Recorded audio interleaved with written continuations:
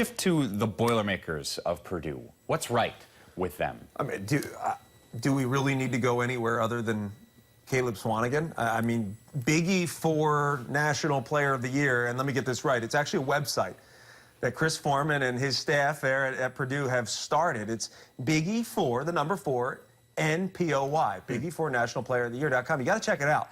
They also put together an 18-minute piece that not only chronicles kind of his rise, but also his beginning.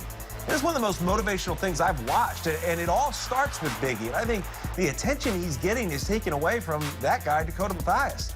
Dakota Mathias has been so consistent on every level. Not only is he compiling points, 10 points a game, it's 3.5 rebounds, 3.5 assists, the guy's sharing the basketball, but defensively, they are so much better around the perimeter. There's no weakness in terms of the guards versus the bigs. Last year, it was guards versus bigs.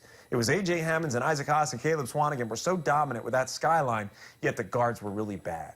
They couldn't handle the ball. They turned it over too much. They weren't making big shots down the stretch.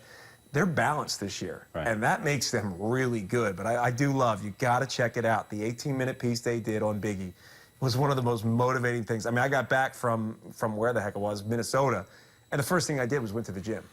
I put the donut down and I went to the gym. And I literally said that, I tweeted it, and I believed it. I actually did it. It was one of the most motivating things, and I think it really inspires his teammates as well.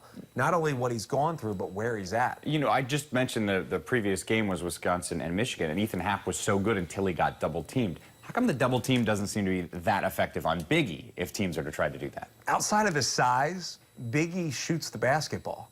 And that's a huge game changer when you look at Ethan Happ and Caleb Swanigan. Caleb Swanigan last year could hit a 15-footer, and he made a couple threes.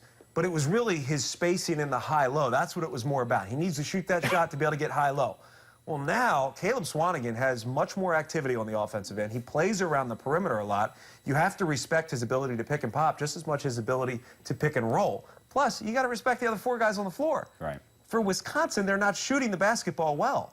So double teams are fine. You can leave 3 or 4 guys for Wisconsin and hope that they miss, whereas you can't do that against Purdue right now.